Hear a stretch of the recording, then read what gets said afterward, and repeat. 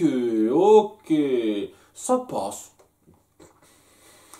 C'est le niveau auquel je m'attendais, sans être particulièrement affligeant ou quoi que ce soit. C'est une introduction acceptable. Acceptable dans l'optique qu'il faut pas trop regarder le téléfilm d'introduction en fait. C'est un peu le souci que j'aurais principalement avec cet épisode d'introduction à Elena Davalor, qui casse pas la baraque mais qui se regarde. Le fait d'avoir suivi le téléfilm avant est étrangement détrimental à l'appréciation de cet épisode, je le pense sincèrement, on va en parler en détail de ça, mais globalement, sans être extraordinaire, ben ça posait suffisamment les bases.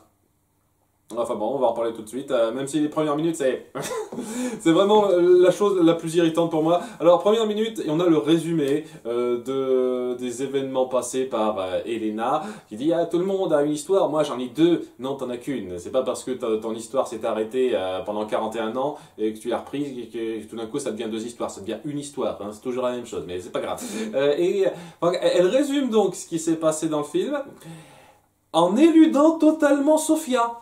C'est-à-dire qu'il nous montre des extraits du téléfilm, un montage des extraits du téléfilm où elle raconte ce qui s'est passé. Il y avait cette sorcière Shuriki qui nous a attaqué, j'ai essayé de la combattre, j'ai été piégé dans une amulette, mais mon mage a bataillé pour réussir à me faire sortir, ça m'a pris le temps, mais j'ai fini par sortir du médaillon et j'ai repris ma place en la boutant de là. Et ça élude pas mal le détail, ce qui fait que si on connaît pas, on se dit que comment elle est sortie du médaillon, vous dites pas. Pourquoi il a mis 41 ans? Qu'est-ce qui s'est passé? Parce que vous voulez faire en sorte que Sophia ne soit pas prise en compte dans cette série.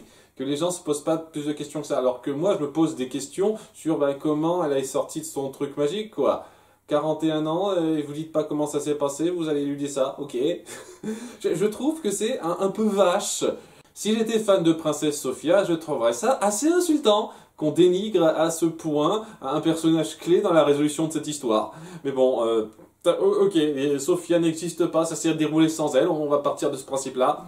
Et ouais, donc déjà, première chose qui gêne pour moi. Et ouais, deuxième petit truc qui me gêne, le générique est à chier, je le dis clairement, c'est d'un niais abyssal. Elena, Elena, il chante tout le temps, et puis à la magie du cœur, les amis, tous ensemble, le bien triomphera. Wouh! Elena Davalor. Oui, c'est bien, super. Ça envoie du rêve, ça va être très profond votre truc, hein, si ça colle à ce genre de générique. Bon, par la suite, ça va être un petit peu mieux.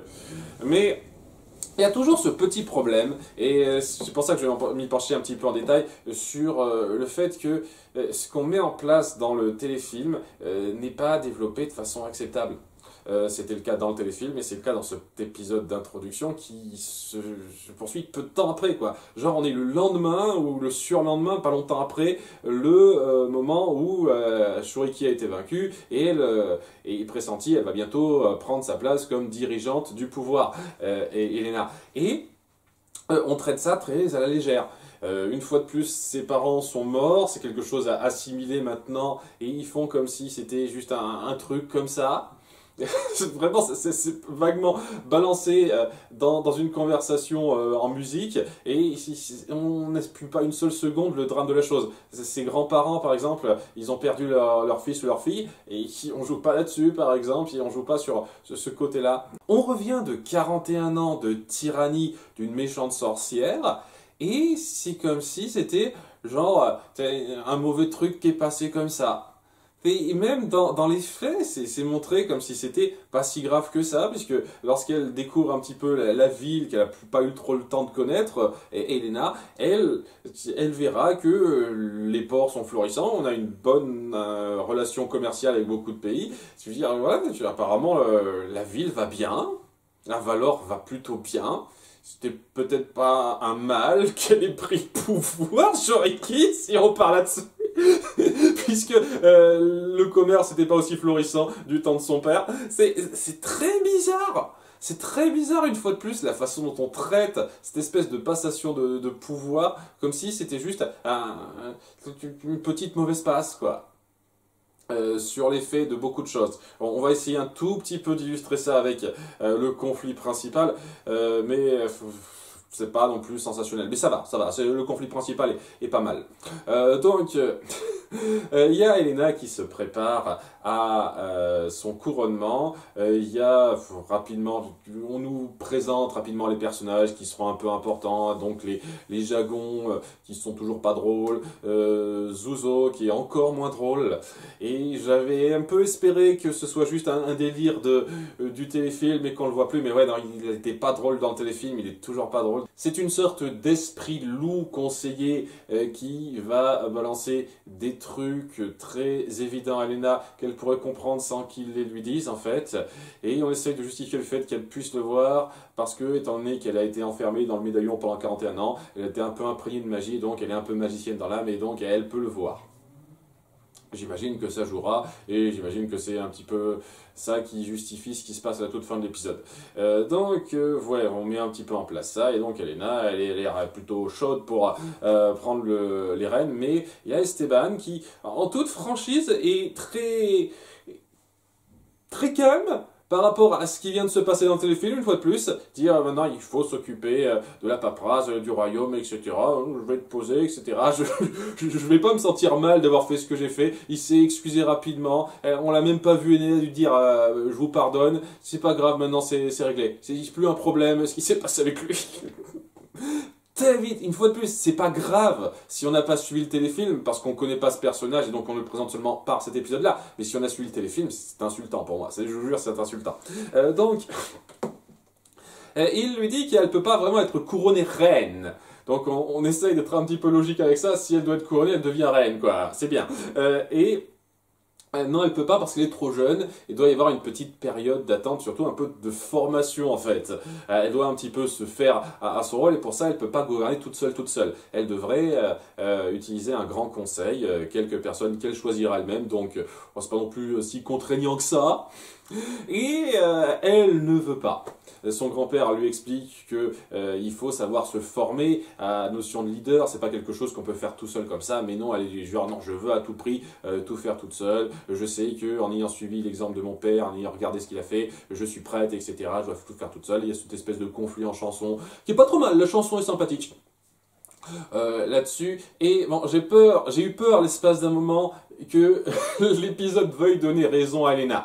Non, l'épisode veut vraiment faire comprendre sa leçon à Elena, qui doit savoir qu'elle ne peut pas tout faire toute seule, qu'elle doit savoir déléguer et se reposer sur les conseils d'autres personnes.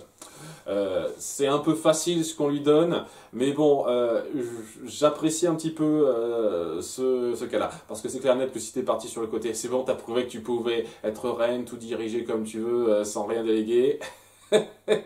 Là, j'aurais eu un problème, mais c'est pas le cas, le message est bien, je trouve qu'il est illustré avec des gros sabots une fois de plus, ce n'est pas subtil, ce n'est pas très recherché, tu vois exactement où ça va venir, soit ça allait dans la bonne direction, soit ça allait dans la mauvaise direction et c'était insultant, donc en allant dans la bonne direction c'est assez évident. Mais au début, elle veut pas. Non, au début, elle dit je veux tout faire toute seule et je vais vous le prouver en me rendant auprès des différents commerçants de la ville pour les aider et voir qu'ils voient bien que je suis quelqu'un de digne, de responsable, etc. Et donc, elle se rend dans le port d'Avalor, puisque c'est plutôt une ville portuaire, quoi, et elle fait la connaissance de certains personnages récurrents qu'on n'a pas trop vus dans le téléfilm.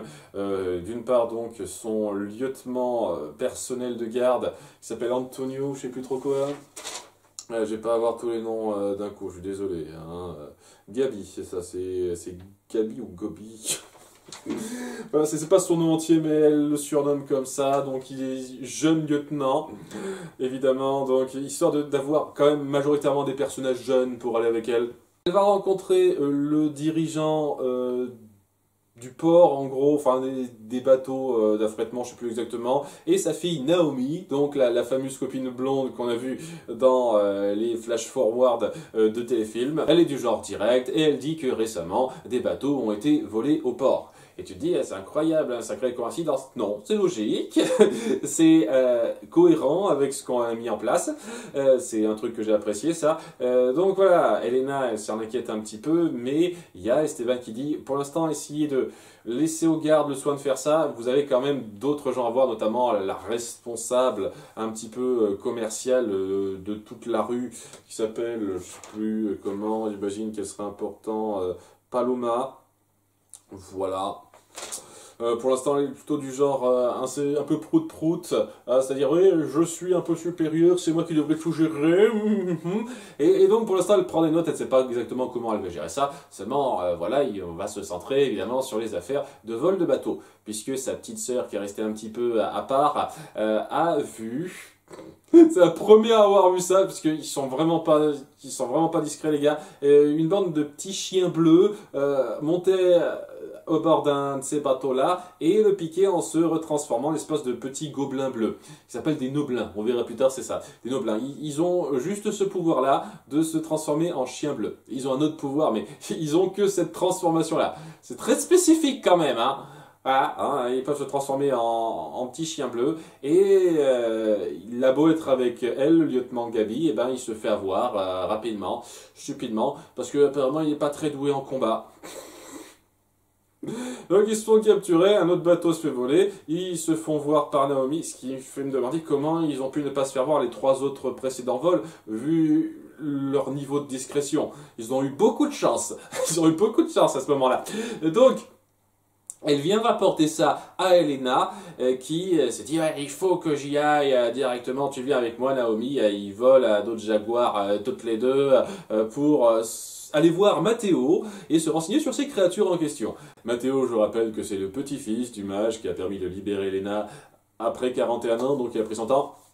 Donc voilà, on a notre trio de jeunes amis qui vont être très centraux, j'imagine, et qui va un petit peu bosser sur l'affaire en allant à la rencontre du bateau, parce que les jagons, ils volent très vite, ils ont pu le rattraper sans problème, et se battre contre ces fameux noblins, sans trop réfléchir au début, mais au bout d'un moment, et ça aussi c'est un truc, je trouve ça dommage, à un certain degré, que ça se fasse à partir de Zozo, et pas juste parce que le personnage n'est pas drôle et un peu ennuyeux, mais surtout parce que je trouve que ce serait plus fort d'avoir ce genre de réflexion directement de la part de notre héroïne, sans passer par une espèce de conseiller, parce que je trouve pas que ce soit très compliqué à comprendre, et ça pouvait se faire tout seul, quoi. Donc il y a les noblins qui bataillent contre eux, l'action est vraiment pas ouf. Ah, autant moi je trouve que l'animation va mieux, ça essaye de se démarquer un petit peu plus du côté un peu gênant de Princesse Sophia, j'imagine qu'ils sont un peu améliorés depuis le début de Princesse Sophia, et donc l'animation ça passe un petit peu mieux, mais l'action reste ouais, assez plate. Alors qu'ils se battent, il y a les noblins qui disent « Ah, vous ne vous en prendrez pas encore à nous comme ça ». Donc il y a cette animosité, et elle devrait direct se dire « Qu'est-ce qui se passe ? Pourquoi est-ce qu'ils nous en veulent en particulier ?» Il ne devrait pas y avoir son espèce d'esprit conseiller qui lui dit « Hey, tu devrais réfléchir à ce qui se passe et pas foncer dans le tas ». Ça devrait être un truc qui lui viendrait naturellement, et je pense que ce serait plus fort comme ça. Ce petit ajout, je pense qu'il va m'irriter un petit peu si à chaque fois il y a cette espèce de merde qui me donne l'impression que notre héroïne n'est pas fichue de réfléchir par elle-même à ses erreurs, à comment les corriger en fait. Je trouve ça dommage. Enfin bref, grâce au conseil de Zouzou, elle leur demande qu'est-ce qui se passe, pourquoi vous vous en prenez à nos bateaux. C'est là qu'ils racontent qu'ils ont été faits prisonniers par Shuriki, qui se servent d'eux parce qu'ils ont la main d'or, ils peuvent transformer en or tout ce qui touche, carrément. Enfin, s'ils veulent, ça dépend. C'est pas comme Midas où c'est automatique, non, c'est s'ils veulent, donc c'est quand même vachement puissant ce truc-là. Avec ça, ils pourraient se faire des couilles en or, hein, littéralement, mais... voilà, ils ont été capturés par Shuriki qui voulait se servir d'eux pour avoir des tonnes et des tonnes de richesses qu'on n'a pas particulièrement vues. Et dans un sens, ça peut peut-être vaguement justifier le fait qu'elle n'en a rien eu à branler de la ville en fait. Pas pour le bien ou le mal ou quoi que ce soit. Elle a laissé la ville faire ce qu'elle voulait, sauf la musique. Parce que voilà, c'est une connasse qui aime pas la musique. C'est très con, ça reste très con dans le téléfilm, je suis désolé. Et... à cause de ça, elle s'est juste centrée sur ces petits trucs à côté, en parlant en personne, même pas Esteban apparemment. Et de fait, ça peut justifier un peu pourquoi la ville va correctement. Mais même si je trouve que ça désamorce totalement le problème du personnage, en fait. C'est-à-dire, il faut libérer la ville de pas grand-chose, quoi. Au moins, il faut libérer quelque chose. C'est quelque chose d'acceptable, quoi, avec ces noblins qui étaient des créatures qui étaient plutôt gentilles, quoi. En tout cas, pas méchantes. Et donc, je peux pas dire que j'aime pas ça. Je trouve que, en justifiant le fait que la ville ne craignait pas tant de choses que ça de la méchante reine qu'ils ont eue, ça désamorce un petit peu le conflit du téléfilm central et même le conflit avec la grande méchante que vous avez instaurée et la ville, quoi. C'est le truc un peu dommageable. Néanmoins, ouais, appuyer ce petit truc, en plus, cette espèce de vilainie de sa part, et le fait que ce soit logique, que ce soit que maintenant qu'ils se mettent à voler le bateau, puisqu'ils ont été libérés de sa magie très récemment, c'est relativement bien pensé, et le conflit est plutôt cool dans sa résolution, puisque voilà, elle comprend ce qui se passe, et bien entendu, pour corriger le tir, elle leur accorde de prendre des bateaux pour revenir chez eux, s'ils acceptent de les ramener. Et avec ce qui s'est passé, elle se rend compte que simplement tout faire d'elle-même, alors qu'elle a eu besoin d'aide de pas mal de gens, et que juste foncer comme ça sans réfléchir, c'est pas forcément la meilleure des choses à faire, elle devait accepter qu'elle avait besoin d'aide et qu'elle ne pourrait pas être couronnée reine tout de suite, tout de suite. Donc, elle accepte ce grand conseil qu'elle nomme rapidement. Donc, ses deux grands-parents, Esteban, elle joue un petit peu avec lui, c'est un peu rigolo ça, j'avoue. Elle dit, ah, est-ce que je vais le prendre ou pas? C'est un peu marrant ça. Et Naomi, je sais pas, parce qu'elle s'est montrée un peu volontaire directe. J'avoue que c'est un truc qui aurait pu venir avec un peu plus de temps. C'est peut-être quelque chose qui aurait été plus fort si ça avait été fait dans l'épisode 2 ou 3, où elle aurait juste dit dans cet épisode 1, j'accepte de prendre un grand conseil, il faut que je réfléchisse à qui il y aura. Et je pense que ça aurait pu être plus méritant parce qu'elle aurait pris plus le temps de connaître Naomi. Mais là, quoi, ils ont juste fait une aventure ensemble, elle a suivi comme ça, et tout d'un coup, ouais, je te fais confiance pour m'aiguiller, etc. Ouais, je trouve ça un petit peu rapide comme décision. Mais les trois autres, c'est compréhensible pour les trois autres, donc voilà, je vais pas trop cracher dessus. Et donc ça se termine avec cette décision qui est acceptée. On l'accepte comme nouvelle dirigeante, mais pas encore reine. Donc on essaie de faire ce compromis comme quoi c'est une princesse qui peut pas être reine parce qu'elle n'est pas encore assez âgée pour ça. Vous le justifiez correctement. J'avoue. Et ça se termine sur Elena qui prend le sceptre du royaume, qui brille étrangement, et on se demande pourquoi c'est le cas, parce que ça n'est jamais arrivé avant. Mais maintenant qu'elle est imbuée de magie avec ce qui s'est passé, ça peut le justifier, j'imagine. J'imagine que ça jouera un rôle par la suite, ça. Alors voilà, cet épisode en soi est vraiment très acceptable, pas sensationnel, très acceptable. Et voilà, je vais essayer de le prendre de façon un peu détachée du téléfilm. Mais si je prends en compte le téléfilm, je peux pas non plus nier que j'ai un problème. Dans les thèmes importants qui sont posés très vite dans le téléfilm, qui auraient pu être développés dans cet épisode, mais qui ne le sont pas du tout, c'est vraiment gênant. Et ouais, j'en ai pas parlé, mais le thème de cet épisode, la morale de cet épisode, c'est que Elena doit apprendre à ne pas tout faire toute seule. C'est exactement la leçon qu'elle a apprise dans le téléfilm. Dans le téléfilm, elle voulait foncer à l'assaut toute seule, et elle s'est rendue compte que c'était con et qu'elle devait demander de l'aide des gens. Là, c'est exactement la même chose. Donc, elle doit apprendre 2 fois de suite, en l'espace de 2 jours, exactement la même putain de leçon. Et ça, c'est problématique. Ça me pose un gros saucé. Donc voilà, je vais être généreux avec cet épisode-là et ne pas trop prendre en compte le téléfilm, vu qu'apparemment la série veut complètement l'éluder. On s'en fout de Sophia, c'est juste il s'est passé un truc, voilà, 41 ans rapidement, blablabla, comme ça, voilà, on s'en fout, voilà, ça n'a rien à voir avec ça, le téléfilm, c'est pas grave si vous l'avez pas vu. Ok, je vais concéder ça. Je vais essayer de partir du principe que le téléfilm, on s'en bat un peu les couilles. Et c'est juste quelques éléments comme ça qu'il faut reprendre, auxquels il faut penser. C'est pas grave. À ce moment-là, très bien. Si c'est le cas, cet épisode est acceptable. Si c'est pas le cas, cet épisode pose problème. Mais voilà, j'ai le sentiment que toute la série va pas trop prendre en compte des éléments intéressants, importants, qui auraient pu être mis en place à partir de ce téléfilm. Donc, tant pis, tant pis, tant pis. En tous les cas, voilà, hein, ça aurait pu être pire comme introduction, mais ça aurait pu être mieux, c'est sûr. On verra si la suite saura bien rebondir ou pas. À bientôt pour l'épisode 2. Bye!